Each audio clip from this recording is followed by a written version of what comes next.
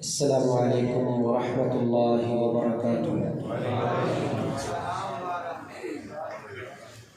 ان الحمد للہ نحمده ونستعینه ونستغفره ونؤمن به ونتوکل علیہ ونعوذ باللہ من شرور انفسنا ومن سیئات اعمالنا، من يهده الله فلا مضل له ومن يضلله فلا هادي له، وأشهد أن لا إله إلا الله وحده لا شريك له، وأشهد أن محمدا عبده ورسوله۔ اللهم صل على محمد وعلى آل محمد كما صليت على إبراهيم وعلى آل إبراهيم إنك حميد مجيد۔ اللهم بارك على محمد وعلى آل محمد كما باركت على إبراهيم وعلى آل إبراهيم إنك حميد مجيد۔ اللهم انفعنا بما علمتنا وعلمنا ما ينفعنا وزدنا علما۔ رب اشرح لي صدري ويسر لي أمري واحلل عقدة من لساني يفقهوا قولي، أما بعد فأعوذ بالله من الشيطان الرجيم۔ لقد جاءكم رسول من أنفسكم عزيز عليه ما عنتم حريص عليكم بالمؤمنين رؤوف رحيم۔ البتہ تحقیق تمہارے پاس تمہاری ہی جانوں میں سے ایک ایسے رسول تشریف لائے، عزیز علیہ ما عنتم، تمہارا مشکل میں پڑ جانا انہیں بڑا بھاری لگتا ہے، ان کے اوپر بڑا گراں گزرتا ہے، اور وہ تمہارے اوپر بڑے حریص ہیں، اور اے مومنوں کی جماعت تمہارے لیے وہ بڑے ہی شفیق اور بڑے ہی مہربان ہیں۔ نہایت ہی عزت کے لائق مہمانان گرامی، بزرگوں، دوستوں، بھائیوں، میرے لیے بڑی مسرت اور خوشی کی بات ہے، بلکہ فخر کی بات ہے کہ قاری عبدالرؤف صاحب حافظہ اللہ تبارک و تعالی اللہ کی توفیق کے بعد اور ان کی وساطت سے آپ جیسی نیک روحوں کے ساتھ مجھے بھی مل بیٹھنے کا موقع ملا ہے۔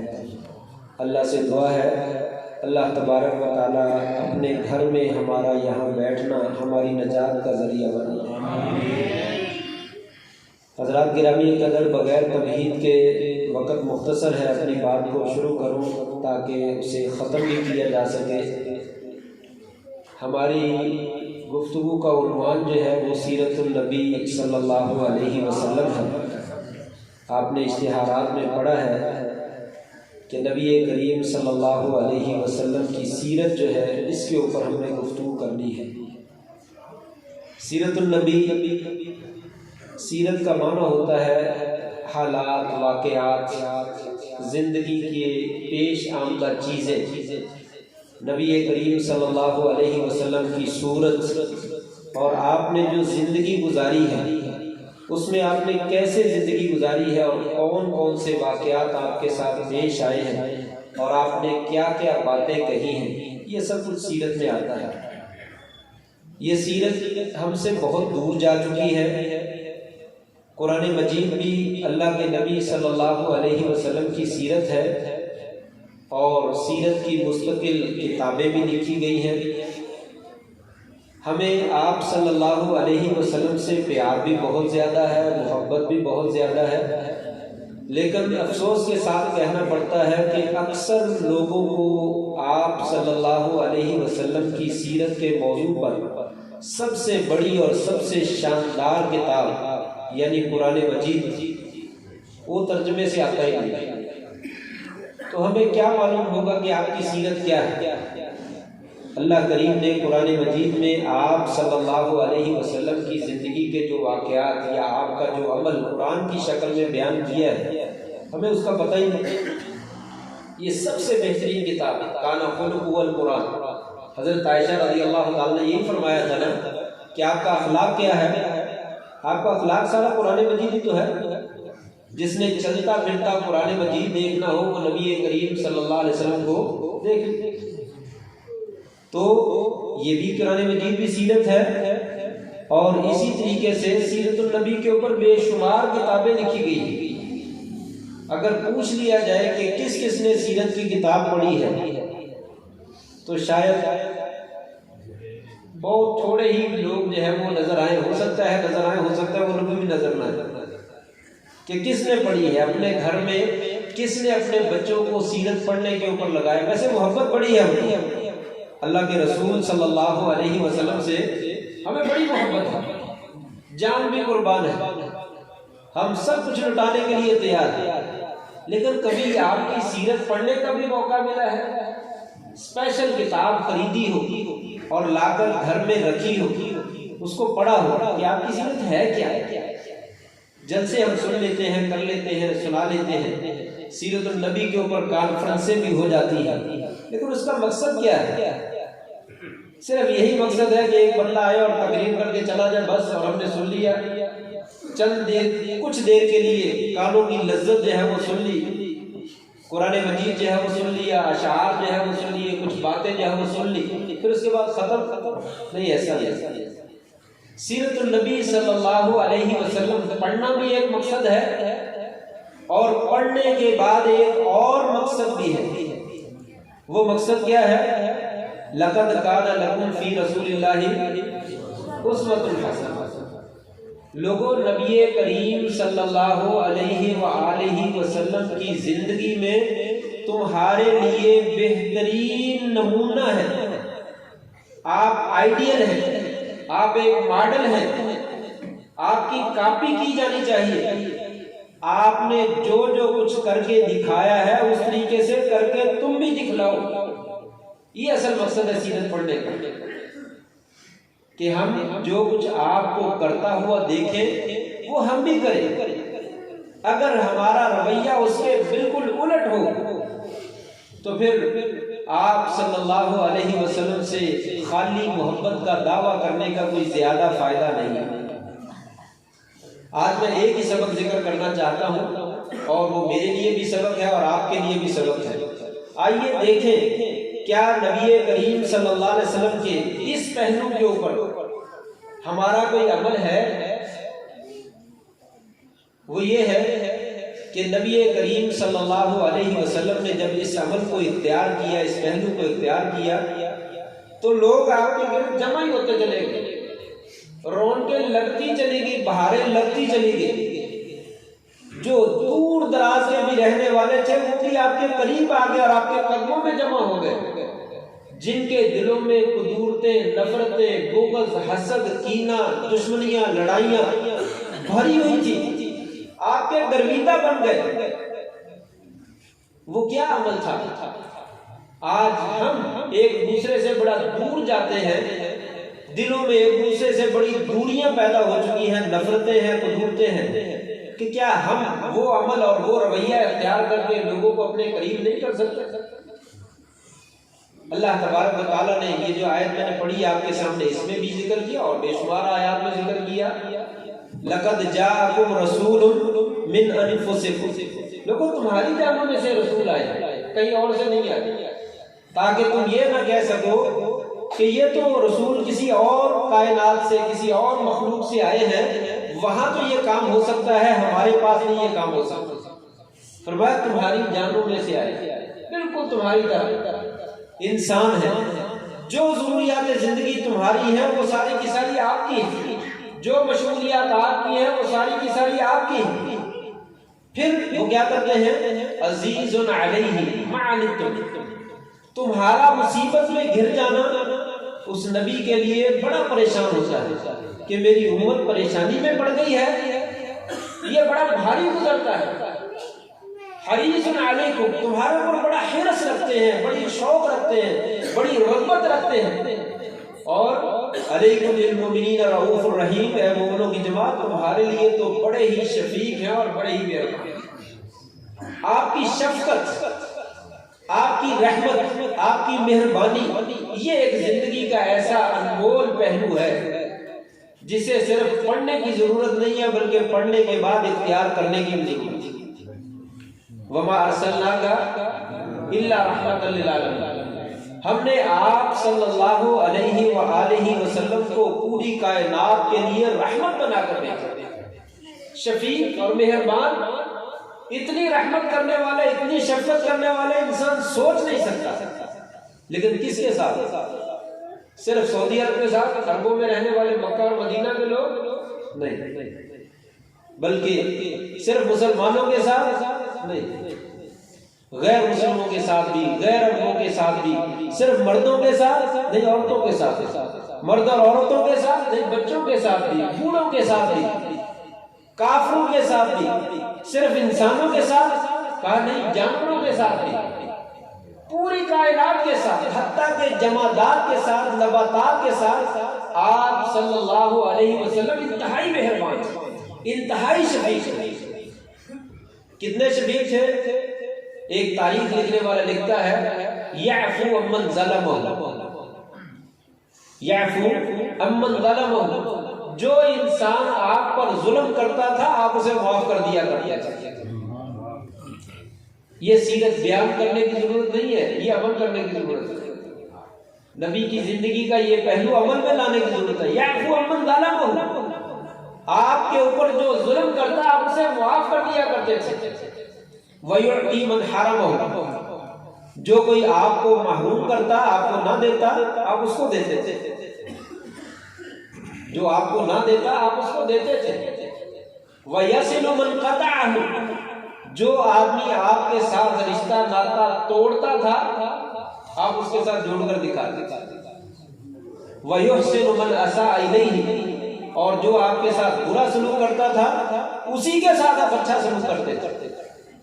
یہ آپ صلی اللہ علیہ وسلم کی سیرت کا جو ہے وہ نچوڑ ہے، آپ کی رحمت کا اور آپ کی شفقت کا اور آپ کے اعلیٰ اخلاق کا جو ہے یہ خلاصہ ہے۔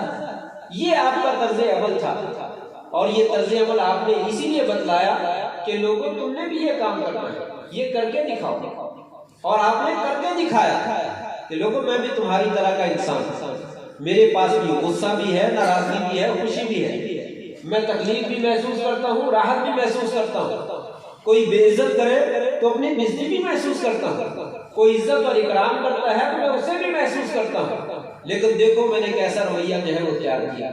چند ایک مثالیں ہیں، ان کی روشنی میں اپنی بات کو آگے بڑھاتا ہوں۔ سیرت کے حوالے سے آپ صلی اللہ علیہ وسلم نے جو ہے وہ کیسا کر کے دکھایا۔ حضرت خدیجہ رضی اللہ تعالیٰ عنہا یہی آپ کا وصف بیان کرتی ہے، جب آپ پہلی وحی نازل ہوئی تو گھبرا گئے، ڈرے ہوئے گھر میں آئے اور کہا زملونی زملونی، خدیجہ چادر دو، سردی لگ رہی ہے، ڈر لگ رہا ہے، چادر دے دی۔ حضرت خدیجہ نے کہا اے اللہ رسول آپ کیوں خوف زدہ ہیں؟ آپ ڈریے نہیں، آپ کو خوف زدہ ہونے کی ضرورت نہیں ہے۔ کیوں؟ آپ کے اندر جو خوبیاں پائی جاتی ہیں نا، ان خوبیوں والے بندے کو کسی ذات کا ڈر نہیں ہونا چاہیے، اور اللہ تبارک و تعالیٰ اس بندے کو کبھی ضائع نہیں ہونے دیتا۔ وہ خوبیاں آج آپ بھی پیدا کر سکتے ہیں۔ انک لتصل الرحم، آپ صلہ رحمی کرتے ہیں، رشتے جوڑتے ہیں، توڑتے نہیں۔ وتحمل الکل، بے کسوں کا سہارا بنتے ہیں۔ وتکسب المعدوم، جسے کے ساتھ کوئی بھی ساتھ دینے والا نہیں اس کا ساتھ دیتے ہیں، جو نیکی کوئی بھی کرنے والا نہیں آپ وہ نیکی کر کے دکھلاتے ہیں۔ تقری الضیف، آپ تو مہمان نواز ہیں۔ تعین علی نوائب الحق، سیدھے اور سچے راستے کے اوپر آنے والی جو مصیبت کسی کو آتی ہے آپ اس میں اس کی مدد کرتے ہیں۔ اس طرح کے کام کرنے والا کوئی بندہ جو ہے وہ پریشان نہیں ہو سکتا، اللہ تبارک و تعالیٰ اس بندے کو ضائع نہیں کر سکتا۔ تو آئیے آپ صلی اللہ علیہ وسلم کے یہ کام کیسے تھے، ذرا ان کا مظاہرہ کیجیے۔ نمبر ایک بدوی ہے، دیہاتی، پینڈو، اگرچہ بدوی کا معنی پینڈو تو نہیں ہے لیکن لوگ کر دیتے ہیں، صحرائی آدمی، بادیہ نشین، خانہ بدوش جسے آپ کہتے ہیں، جنگلوں میں پہاڑوں میں رہنے والا وہ آدمی آیا، آ کر مسجد میں آیا اور آ کر مسجد نبوی صلی اللہ علیہ وسلم میں پیشاب کر دیا۔ عام مسجد میں نہیں، مسجد نبی صلی اللہ علیہ وسلم۔ یہ واقعہ سنا کیا، لیکن میں آپ کو یہ بتلانا چاہتا ہوں کہ آپ نے عمل کیا کیا ہے اور ہمیں یہ کرنا چاہیے یا نہیں کرنا چاہیے۔ ہم جو ہے کسی کو دیکھ کر اور کسی کی زیادتی کو دیکھ کر پریشان ہو جاتے ہیں، اپنے سے باہر ہو جاتے ہیں۔ مسجد نبی میں پیشاب کر، بچہ کو مسجد میں آ کر پیشاب کر دے تو اس کا اور اس کے خاندان کا جو ہے وہ جلوس نکل جاتا ہے۔ اس نے پیشاب کر دیا، صحابہ کرام دوڑے پکڑ لے اس کو، اس کی ذرا اچھے طریقے سے مرمت کریں، اس کو بتلائیں کہ یہ مسجد ایسا کام کرتے ہیں۔ آپ سلسلے میں ہاتھ سے چاہتے ٹھہر اس کو پیشاب کر لیا۔ آپ نے فرمایا جاؤ ڈول لے کر آؤ اور اس پیشاب کے اوپر پانی کے اوپر بہا دو، اور پھر اس کو بڑے پیار سے اپنے قریب بلایا۔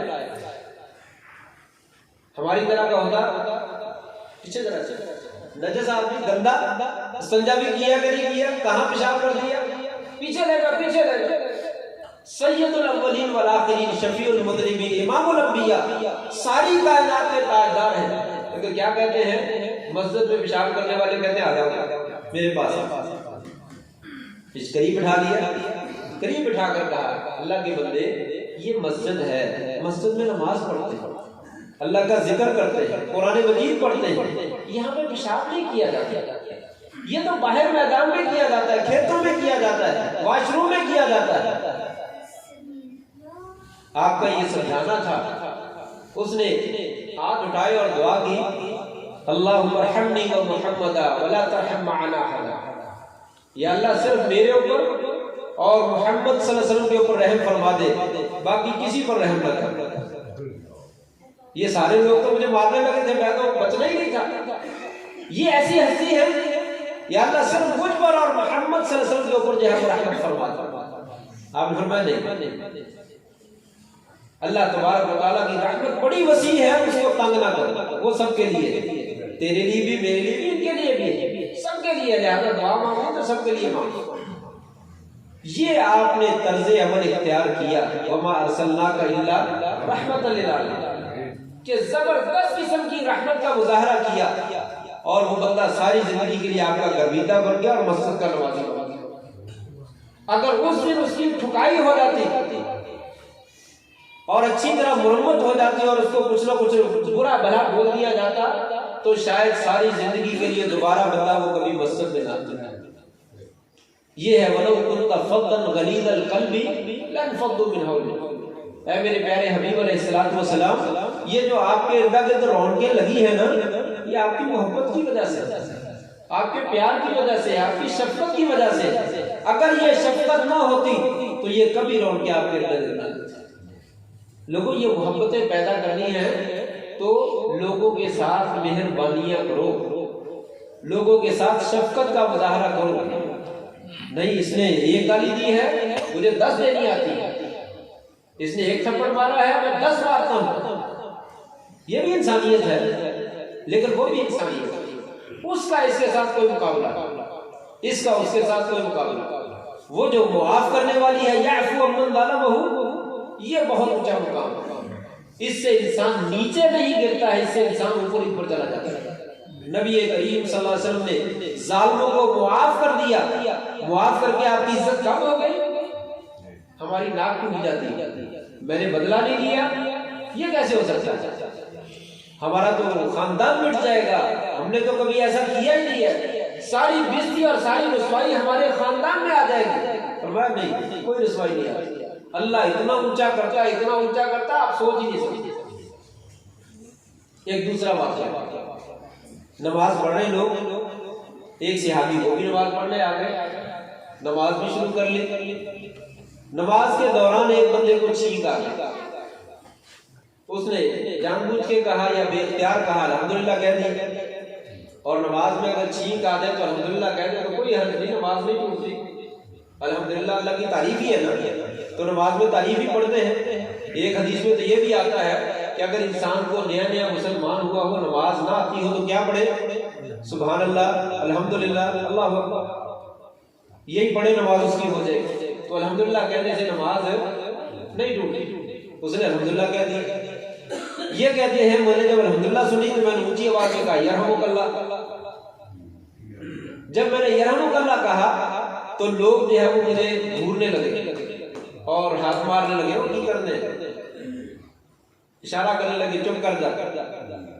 مجھ سے بس نہ ہوئی, میں نے اور کہا واسف اللہ امیہ وہ تہاڈی ماں تانوں گم پاوے تانوں کی ہو گیا ماشاءاللہ تندرون الیہ کیا معاملہ ہے تم مجھے دیکھے جا رہے ہو گھورے جا رہے ہو. میں نے اونچی آواز میں یہ بات بھی کرتا تو وہ زور زور سے رانوں پہ ہاتھ مارنے لگے چپ کر جاؤ چپ کر جا تم اللہ دے دے چپ کر جا. اشارے کنائے میں وہ کہنے لگے چپ کر جا. کہتا میرا جی تو چاہتا تھا میں ان کو جواب دوں لیکن پھر میں خاموش ہوئی گیا. میں چپ کر کے نماز پڑھی. نماز سے فارغ ہوئے تو آپ صلی اللہ علیہ وسلم نے مجھے بلایا. جب آپ نے مجھے بلایا تو اس وقت مجھے احساس ہوا کہ وہ غلطی ہو گئی. قصور ان کا نہیں تھا, قصور میرا ہی تھا. نماز میں شاید بولنا نہیں چاہیے تھا, میں بول پڑا ہوں. تو اب خیر اب خیر جب بڑا جرم ہو جائے اور محفل بھی لگی ہو اور بڑی شخصی جو ہے درمیان محفل میں سے اٹھا کر سب کے سامنے سٹیج پہ بلا لے اور پتہ بھی ہو کہ صدا ملنے لگی ہے تو اس وقت انسان کے آواز جو ہے وہ کھو جاتا ہے. کہتے مجھے بلا لیا اور مجھے بلا کر میری اتنی اچھی تربیت فرمائی. کہتے واللہ ما رأیت معلما خیرا قط لا قبلہ ولا بعدہ. اللہ کی قسم زندگی میں آج سے پہلے اور آج کے بعد کبھی بھی آپ سے بہترین استاد نے دیکھا ہی نہیں.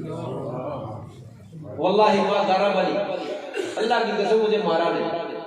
ولا شتمنی, گالی نہیں دی, برا نہیں کہا.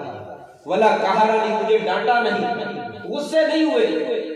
مجھے قریب بلا کر کہا ان هذه الصلاة لا يصلح فيها شيء من كلام الناس. یہ نماز ہے, نماز میں باتیں نہیں کی جاتی, اس میں گفتگو نہیں ہوتی, اس میں اللہ سے کلام ہوتا ہے, اس میں ذکر اللہ ہے, قرآن مجید ہے, یہ کہا.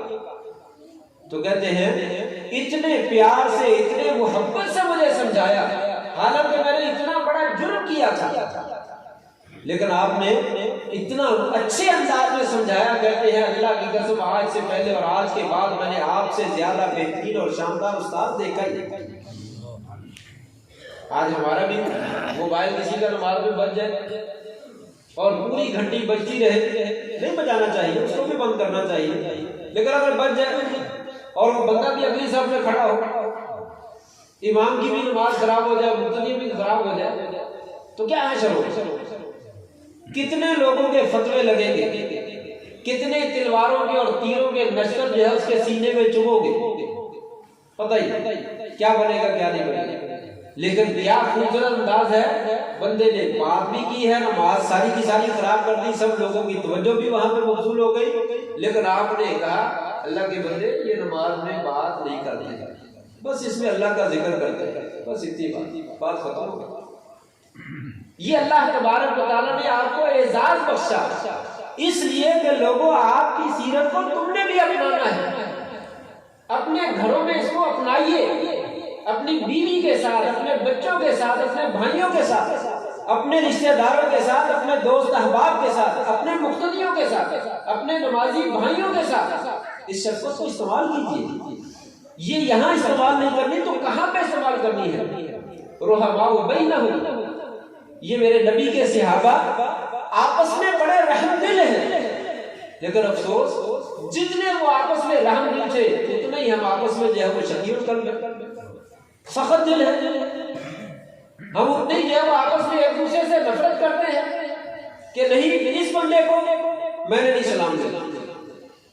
میں خود جانتا ہوں کئی بندوں کو بڑی دفعہ کوشش کی, بزرگ ہیں, بڑی عمر کے ہیں, بابا جی آپ فلاں کے ساتھ نہیں بولتے, سلام لے لے, یہ کام نہیں کرتے, اس کا تو نام بھی نہیں لینا میرے سامنے. کیوں بھائی, کیا ہو گیا؟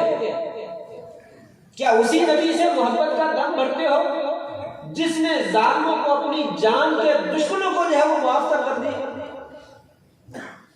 پھر عجیب اتفاق ہے کہ آپ کے ساتھ ایمان کا بھی دعویٰ ہے, محبت کا بھی دعویٰ ہے, لیکن آپ صلی اللہ علیہ وسلم کی بات پر عمل کرنے کے لیے ذرہ برابر بھی ہم تیار نہیں. انسان اس گلی سے رستہ چھوڑ کر گزر جاتا ہے کہ نہیں ادھر سے نہیں جانا، وہ فلاں بندہ سامنے سے آ رہا ہے، میں دوسرا راستہ جاؤں گا۔ تیسرا واقعہ نبی کریم صلی اللہ علیہ وسلم کی سیرت طیبہ کا۔ ایک آدمی ہے، وہ آیا آپ کے پاس، مجلس لگی ہوئی ہے، کہنے لگا ہلاک تو یا رسول اللہ، اے اللہ کے رسول صلی اللہ علیہ وسلم، میں تباہ ہو گیا، ہلاک ہو گیا۔ اب ہلاک کا کیا ہوا، کس چیز نے ہلاک کر دیا؟ کہنے لگا اللہ کے رسول، رمضان کا مہینہ تھا، دن میں ازدواجی تعلقات قائم کر لی، روزہ توڑ بیٹھا۔ آپ نے بات چلو روزہ ٹوٹ گیا، یہ نہیں کہا وہ پلیز پلیز آدمی نجس پیچھے پیچھے پیچھے پیچھے، اتنا بڑا کام رمضان، تجھے کوئی حیا ہی نہیں، تجھے کوئی پتہ ہی نہیں، وہ تجھے اتنا بھی مسئلہ نہیں آتا، کچھ نہیں کہا۔ آپ نے بات چلو ہو گیا، تم کیا ہوا، انسان ہے، ہو ہی جاتا ہے، تم ایسا کرو ایک غلام آزاد کر دو۔ کہ لگا چلو غلام تو آزاد نہیں کر سکتا، میں تو غریب آدمی ہوں۔ کہا چلو پھر ایسا کرو 60 مسکینوں کو کھانا کھلا دو۔ کیا رسول اللہ وہ تو بہت زیادہ ہے، وہ بھی نہیں کر سکتا۔ کہا چلو 60 روزے رکھ لو 2 مہینوں کے لگاتار۔ کہ یا رسول اللہ ایک نہیں رکھا کر 2 مہینوں کے روزے کہاں پہ رکھنے ہیں؟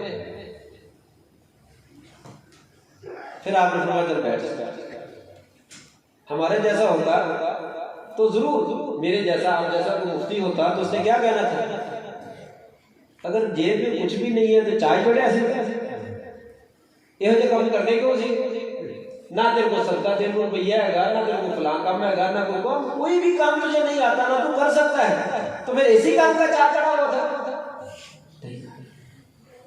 کچھ نہیں کر۔ اچھا ٹھیک ہے پھر بیٹھ جاؤ۔ بیٹھ گیا، ایک آدمی ایک ٹوکرا کھجوروں کا بھرا ہوا لے کر آیا، کہا یا رسول اللہ یہ صدقے کا ہے، غریب لوگوں کو تقسیم کر دیجیے۔ آپ نے ٹوکرا لیا اور کہا وہ بندہ کہاں گیا، اس نے سوال کیا تھا، وہ آدمی کہا یا رسول اللہ میں بیٹھا ہوں۔ اور بھائی یہ لو ٹوکرا لے لو، جاؤ اپنے گناہ کا کفارہ جو ہے یہ مدینہ کے غریبوں میں تقسیم کر دو، اللہ تعالیٰ کفارہ قبول کر لے۔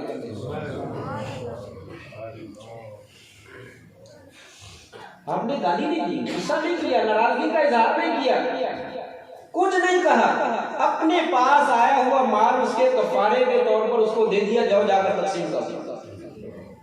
وہ بڑے معصوم سے لہجے میں پھر بولا، اے اللہ کے رسول مجھے ایک بات کی اور اجازت دے دے۔ کہا کیا، وہ بھی کر لو۔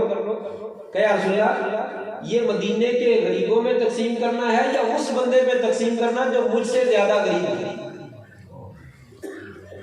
مدینہ کے غریبوں میں تقسیم کروں یا اس بندے پہ تقسیم کروں جو مجھ سے بھی زیادہ غریب ہے؟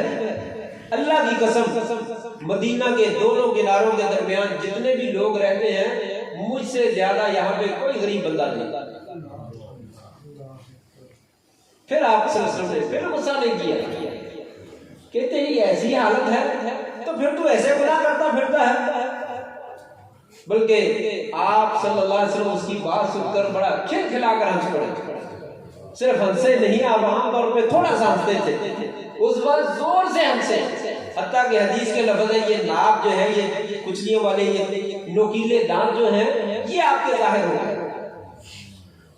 پھر اسے آپ نے فرمایا جاؤ یہ ٹوکرا اٹھاؤ اور لے جاؤ، جا کے اپنے گھر والوں کو کھلا دو، اللہ تیرا یہی کفارہ قبول کر لے۔ یہ ہے رحمت، یہ ہے شفقت، یہ ہے محبت کہ آپ صلی اللہ علیہ وسلم کس طریقے سے پیار کے ساتھ اور محبت کے ساتھ مسائل کو حل کرتے ہیں، غصے میں نہیں آتے، جذبات میں نہیں آتے، ناراضگی کا اظہار نہیں کرتے، بلکہ بڑے پیار کے ساتھ اور محبت کے ساتھ جو ہے وہ بڑے اچھے طریقے سے سمجھا دیتا ہے۔ چوتھا واقعہ، ایک اور آدمی آ گیا، ایسے ہی محفل لگی ہوئی ہے، صحابہ کرام بیٹھے ہوئے ہیں، اور آ کر کہنے لگا اے اللہ کے رسول صلی اللہ علیہ وسلم مجھے زنا کی اجازت دے۔ اب آپ بتلائیے ایسی بھری محفل میں کوئی ہمارے پاس آ کر بندہ جو ہے وہ بیٹھ کر اس طرح کا سوال کر دے، ہمارے اپنے پسینے چھوٹ جائیں گے، یار اس نے کیا کہہ دیا، یہ کیسا بندہ ہے، اس کو تمیز بھی نہیں ہے، اس کو کوئی محفل کے آداب کا بھی پتہ نہیں کہ کہاں پہ کوئی بات کرنے والی ہوتی ہے کہاں پہ نہیں کرنے والی ہوتی ہے۔ ہمارے جیسا ہوتا تو اس کو ضرور کہتے پیچھے پیچھے پیچھے پیچھے نجس آدمی پلید آدمی، اتنا ذہن گندا تیرا تو ذہن ہی گندا ہے، اتنی برائی کرنے والا آدمی ڈٹائی کے ساتھ لوگوں کے سامنے تو نے یہ سوال کر لیا، زنا کی اجازت ہے؟ اللہ اللہ، یہ سیرت نبی ہے۔ آپ نے بولا بھائی ادھر آ جا، یہ میرے پاس تو گندا نہیں ہے، بہت اچھا ہے، ادھر میرے پاس آ جا، قریب اور قریب آ جا، بالکل قریب کر لیا، اور قریب کر کے پھر آپ نے بڑے پیار سے اور بڑی محبت سے کہا اے میرے بھائی مجھے یہ بتلا، جس کام کی تو اجازت طلب کر رہا ہے کیا اس کام کو اپنی ماں کے لیے پسند کرے گا؟ اللہ کی قسم نہیں، میرے ماں باپ پر قربان ہو، میں کیسے اپنی ماں کے لیے پسند کروں؟ آپ نے فرمایا لوگ بھی اس کام کو اپنی ماں کے لیے پسند نہیں کرتے۔ دوسرا کہا کیا اپنی بیٹی کے لیے پسند کرتا ہے؟ کہنے کو نہیں ہے، بیٹی کے لیے پسند نہیں کرتا۔ کہا لوگ بھی اپنی بیٹیوں کے لیے یہ پسند نہیں کرتے۔ بہن کے لیے پسند کرتا ہے؟ کہا نہیں، اللہ کی قسم نہیں، میرے ماں باپ پر قربان ہو ایسا نہیں۔ کہا لوگ بھی اپنی بہنوں کے لیے پسند نہیں کرتے، پھوپھی کے لیے، خالہ کے لیے مختلف رشتے کروائے۔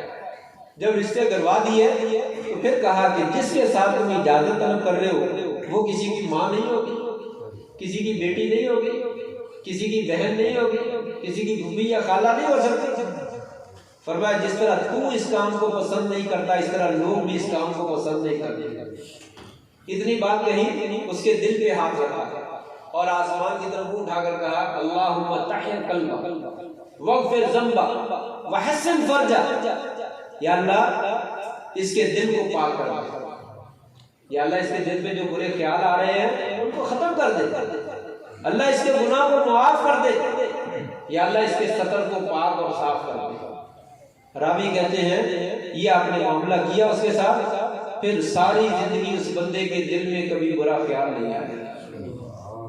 یہ بھی ایک سمجھانے کا انداز ہے، یہ بھی ایک محبت کا انداز ہے۔ میرا بچہ نماز نہیں پڑھتا، بولی صاحب کیا کروں، بڑا ہو گیا، کیسے سمجھو، میری حدود سے باہر چلا گیا ہے، اب نہیں وہ سمجھتا، اب جائے جہنم میں۔ نہیں، آپ پیار سے سمجھائیں تو صحیح، آپ پیار سے قائل کریں تو صحیح۔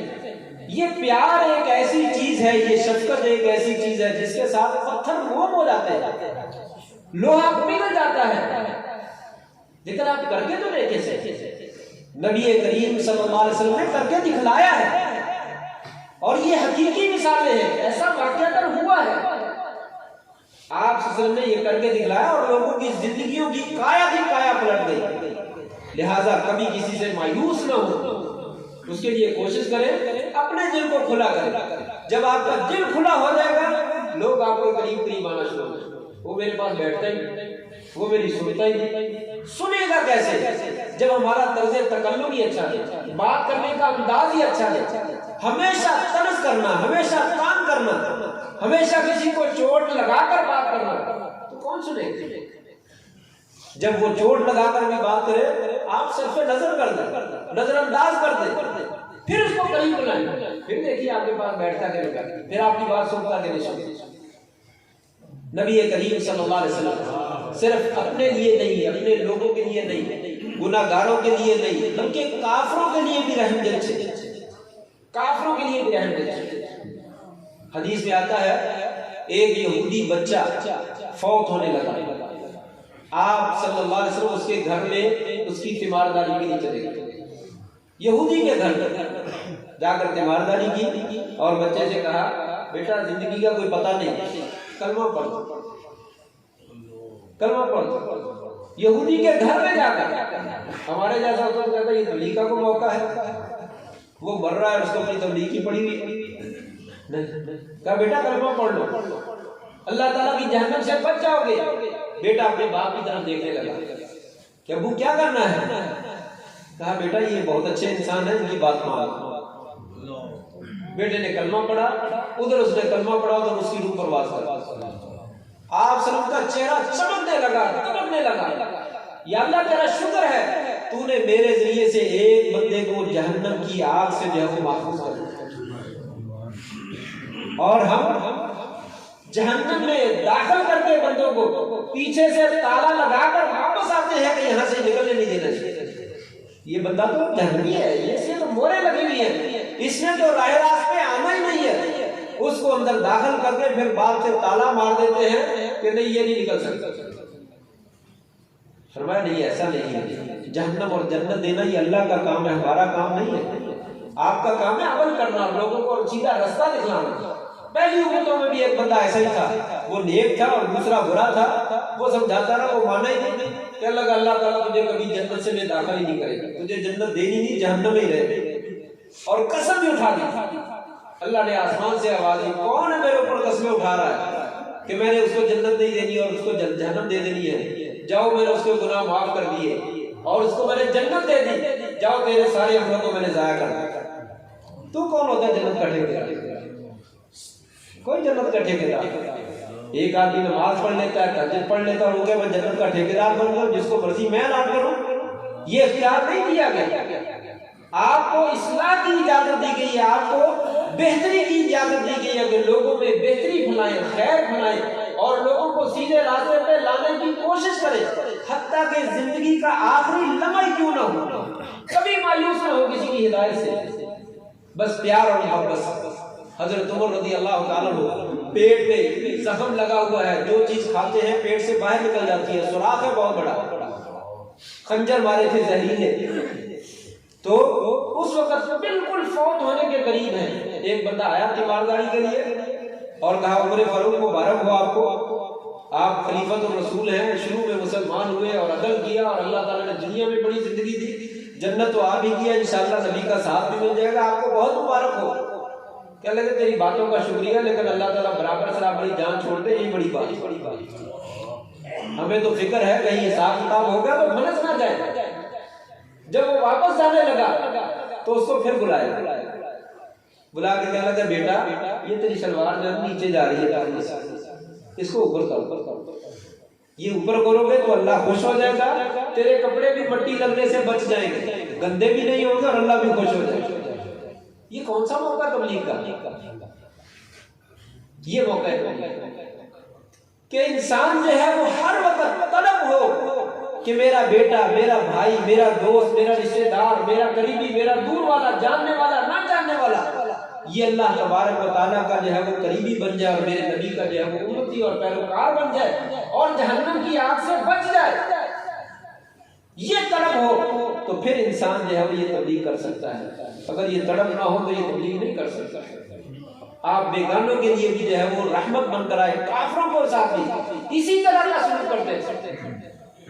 کبھی آپ نے اپنی ذات کے لیے کسی کافر سے جو ہے وہ انتقام نہیں لیا، جنگوں میں وہ مقابلے پہ آئے تو لڑائی ہو گئی ہے، وگرنہ آمنے سامنے کبھی آئے ہیں، بڑے اچھے طریقے سے آپ نے، بہت بہترین طریقے سے آپ نے معاملہ ان کے ساتھ کیا، اور اس کے ساتھ ساتھ صرف کافروں اور انسانوں کے ساتھ نہیں، جانوروں کے ساتھ بھی بڑا شدید پیار کرتے ہیں۔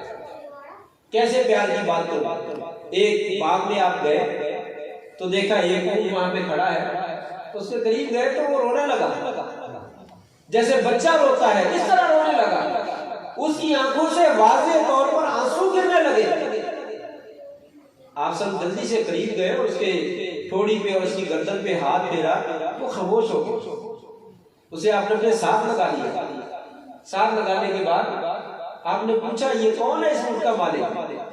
کہنے لگے یا رسول اللہ فلاں صحابی ہے۔ کہا بلاؤ اس کو، بلایا، کہا یہ اونٹ تیرا ہے؟ کہا جی ہاں۔ کہا یہ تیری شکایت کر رہا ہے، تو اس کو چارہ تھوڑا دیتا ہے اور کام تو اس سے زیادہ لیتا ہے۔ اللہ کے بندے جانوروں کے اوپر ظلم نہ کیا، اور جانوروں کے اوپر ظلم کرنا حرام قرار دیا ہے۔ ماں باپ پہ ظلم کرنا جائز ہے، ماں کو گالیاں دو، باپ کو گالیاں دو، دھکے دو اور ان کے ساتھ ناراضگی کا اظہار کرو اور ان کے ساتھ وہ باتیں کر دو جو انسان کسی سے کرتا ہی نہیں ہے۔ بہن بھائیوں کے ساتھ ظلم کرو، جانور کے اوپر ظلم کیا جا رہا ہے تو نبی کائنات صلی اللہ علیہ وسلم جو ہے وہ منع فرماتے لوگوں جانور پر ظلم نہ کیا، اس کا حساب کتاب دیتا۔ ایک بلی، اس کے اوپر ظلم کرنے کی وجہ سے ایک عورت جہنم میں چلی گئی، اس نے اس کو باندھے رکھا، کھانا نہیں دیا، کھولا نہیں۔ آپ نے فرمایا وہ بلی، ایک عورت بلی پر ظلم کرنے کی وجہ سے جہنم میں چلی گئی۔ کیا خیال ہے؟ اپنی بہن پر ظلم کرنے والا، اپنی بیٹی پر ظلم کرنے والا، اپنی بہو پہ ظلم کرنے والا، اپنی بیوی پہ ظلم کرنے والا، اپنے بھائیوں پہ ظلم کرنے والا، چچا تایا کے اوپر، بھتیجوں کے اوپر، ماموں یا بھانجوں کے اوپر ظلم کرنے والا، وہ جنت میں چلا جائے گا۔ شفقت، مہربانی، پیار اور محبت وہ کہاں ہے؟ وہ نبی کریم صلی اللہ علیہ وسلم کی سیرت میں ہے، اور وہ سیرت صرف بیان کرنے کے لیے نہیں ہے بلکہ اپنی زندگی میں لانے کے لیے، اس کے اوپر عمل کر کے دکھائیے۔ ایک آدمی، آپ صحابہ کرام بیٹھے ہوئے تھے، ایک بلبل آ گئی، اس کے 2-3 بچے آ گئے، کسی بندے نے وہ بلبل پکڑ لی، اس کے بچے بلکہ بچوں کو پکڑ لیا، وہ بلبل جو ہے وہ تڑپنے لگی اور کبھی ادھر جاتی ہے کبھی ادھر جاتی ہے۔ آپ سب تشریف لے آئے، آپ آئے یہ پرندہ بڑا پریشان ہے، کیا معاملہ ہے، کس نے اس کو تکلیف دی ہے؟ کسی نے بتایا یا اس کے بچے تھے وہ کسی نے پکڑ لیا۔ آپ نے کہا کیوں تکلیف دیتے ہو جانور، اس نے کیا قصور کیا، کیا نقصان پہنچایا آپ، واپس کیجئے اس کے جانور۔ آپ سب نے وہ جانور جو کے لیے واپس، جانوروں کے لیے بھی آپ شفیق اور مہربان بن کر آئے۔ بلکہ ایک حدیث میں آتا ہے وَإِذَا قَتَلْتُمْ فَأَحْسِنُوا الْقِتْلَ، لوگوں جب تم نے جانور کو کسی کو قتل کرنا ہو تو اچھے طریقے سے قتل کرو، اور قتل کرنے کے ساتھ یہاں سے ذبح کرنا نہیں ہے، کیونکہ اگلی حدیث کا لفظ اسی کا ہے وَإِذَا ذَبَحْتُمْ فَأَحْسِنُوا الذِّبْحَ، جب ذبح کرنا ہو تو اچھے طریقے سے ذبح کرو، اور اس کا مطلب قتل کرنا ہو تو اچھے طریقے سے قتل کو کس کو قتل کرتے ہیں؟ جو جانور زہریلا ہوتا ہے، سانپ ہے، بچھو ہے، اس طرح کی زہریلی چیزیں جو ہے ان کو قتل کرنا ہے تو اچھے طریقے سے قتل کرو۔ کیا مطلب؟ اس کا مطلب ہے مفسرین محدثین نے ذکر کیا ہے، کوئی جانور جا رہا ہے تو بچے یا شرارتی قسم کے لوگ کیا کرتے ہیں، اس کو پکڑتے ہیں ایک ماری اور پھر دیکھتے اس کو تڑپتا ہوا دیکھتے، پھر دوبارہ دیکھا کہ وہ ٹھنڈا پڑ گیا ہے، پھر نہیں ہلا، پھر ایک ماری، پھر دیکھتے ہیں وہ تڑپ رہا ہے اور لطف لیتے ہیں، مزہ لیتے ہیں۔ آپ نے بولا یہ ظلم ہے، لوگوں یہ ظلم ہے۔ اللہ تعالیٰ نے مجھے جانوروں کے لیے بھی رحمت بنا کر بھیجا ہے، جب تم نے جانور کو قتل کرنا ہو تو اچھے طریقے سے قتل کرو، ایک ہی ضرب لگاؤ اور ایک ہی ضرب لگا کر اس کو ہلاک کرو، جان چھوڑاؤ اس کو۔ جانور جو ہے وہ تڑپانے کے لیے اللہ تعالیٰ نے ہمیں نہیں بھیجا، ہمیں اللہ تعالیٰ نے ہر چیز کے لیے آسانی کرنے والا اور نرمی کرنے والا جو ہے وہ بنا کر بھیجا۔ حدیث میں آتا ہے چکلی کو جو ایک ہی ضرب لگا کر مارتا ہے اسے اتنا اجر ملتا ہے، جو 2 دفعہ چوٹ لگا کر مرتا ہے اس کو جو ہے وہ کم اجر ملتا ہے، اور جو 3 ضربے لگاتا ہے فرمایا اس کو اجر بہت تھوڑا ملتا ہے۔ کیوں؟ جانوروں کے ساتھ بھی احسان ہے۔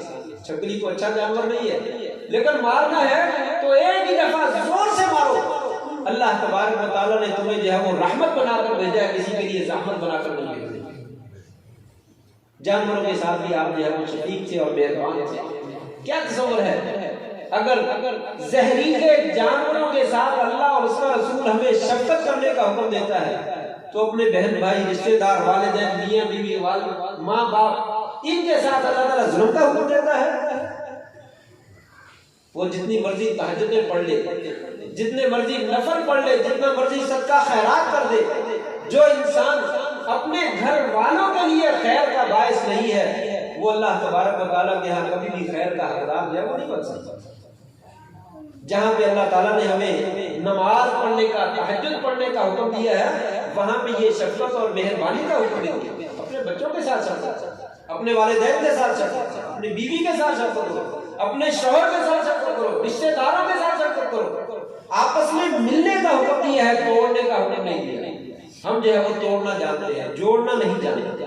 آپ کی رحمت ہمیں یہ سبق دیتی ہے لوگوں توڑنے کا سبق نہ سیکھو، جوڑنے کا سبق سیکھو، جوڑنے کا، اسے سلا ہے۔ یہ دنیا چلتی اسی طرح ہے کہ لوگوں کو آپس میں جوڑا جائے، اگر توڑا جائے تو کیسے چل سکتی ہے؟ اگر میں آپ کو توڑنے کی کوشش کروں، آپ مجھے توڑنے کی، میں یہ گفتگو کی آدھا پونا گھنٹہ، آپ میری بات سنیں گے؟ کوئی بھی نہیں سنے گا۔ میری بات کون سنے گا اگر میں توڑنے والا بن جاؤں، میں ہر بندے سے لڑائی کرنے والا بن جاؤں، 1 منٹ کے لیے بھی میرا کوئی جملہ سننے کے لیے تیار ہے۔ ہم آپس میں تبھی مل بیٹھتے ہیں جب ہمیں پتا ہے یار یہ ہم سے پیار کرنے والا ہے، یہ ہم سے شفقت کرنے والا ہے، یہ ہم سے محبت کرنے والا ہے، ہم ملتے ہیں۔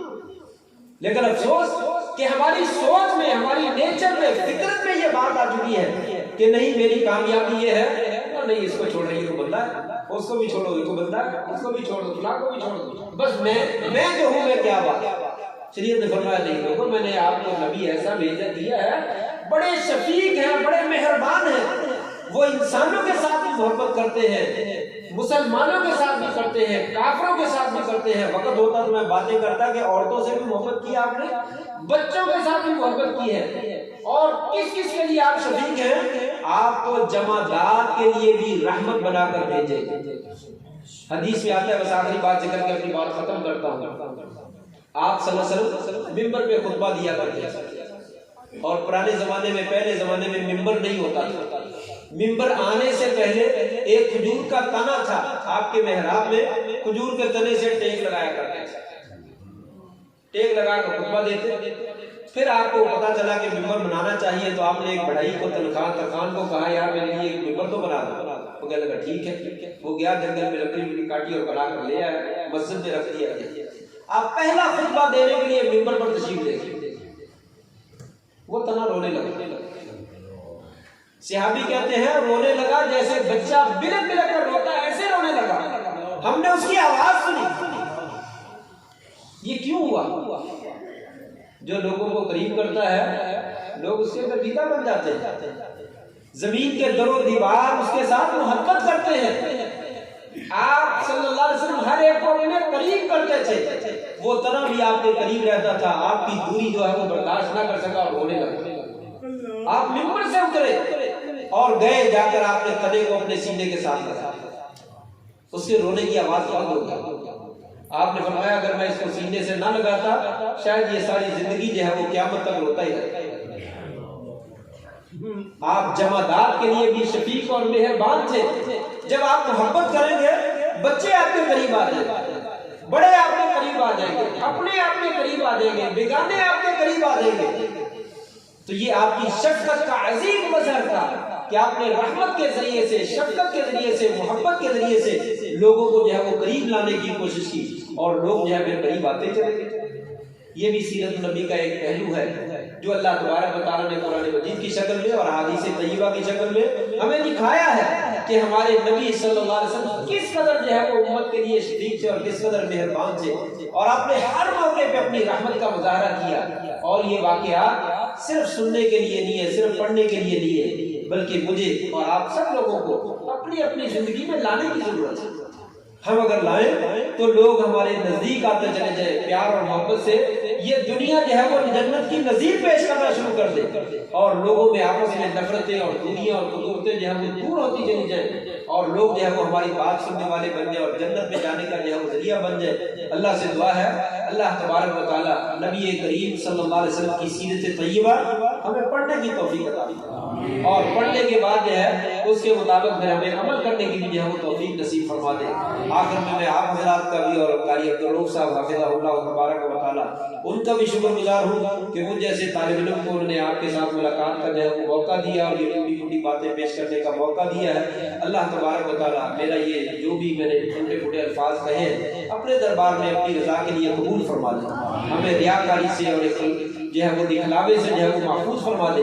اخلاص کے ساتھ عمل کرنے کی توفیق نصیب فرما دے.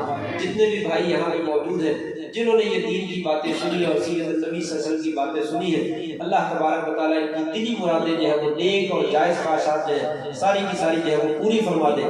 اللہ تعالیٰ بچوں کو جو ہے وہ نیک بنا دے، والدین کی آنکھوں کی ٹھنڈک بنا دے، اور اپنے والدین کے لیے بہترین صدقہ جاریہ بنا دے. وآخر دعوانا ان الحمد للہ رب العالمین.